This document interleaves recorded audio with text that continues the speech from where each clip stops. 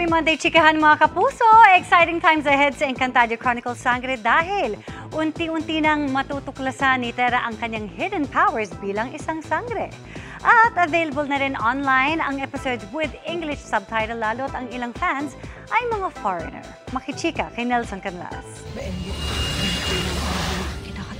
Wala talagang bumibitaw sa mga Encantadics sa gabi-gabing paggulong ng kwento ng Encantadia Chronicles Sangre. Nakita na natin kung gaano kabangis sa pakikipaglaban ang karakter ni Bianca Umali at ang sidhi ng damdamin niya para ipagtanggol ang mga naaapi. Sana makatulong ako kung hindi na ako napapalisan. Pero ngayong gabi, ano nangyayari? Bakit ang lakas ko? lalabas na rin ang mas malalakas at tunay na kapangyarihan ni Tera bilang isang sangre. Anong gawin nila na po ako invisible? Masarap sa puso na maganda ang pagtanggap ng mga tao. Yun naman din po talaga ang goal namin ay makapaghatid ng isang magandang kwento at mabigyan ng justice ang Encantadia.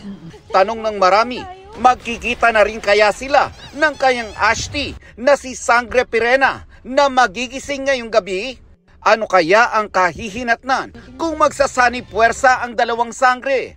Para kay Pirena Glyza de Castro, hindi lang basta GMA Prime Telefantasia ang gumugulong. Inuukit na rin nila ang kakaibang kwento sa kalinangan ng mga Pinoy. Kaya grateful daw siya sa pagtangkilik ng ibang lahi sa kanilang serye, kabilang ang kanyang supportive husband na si David Rainey na naging fan na raw ng serye.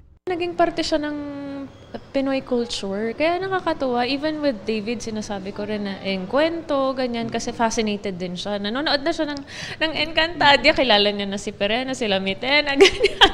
Affected siya, gano'n. And thank you, GMA, for making subtitles sa mga international fans, di ba? Nelson Canlas, updated sa Showbiz Happenings.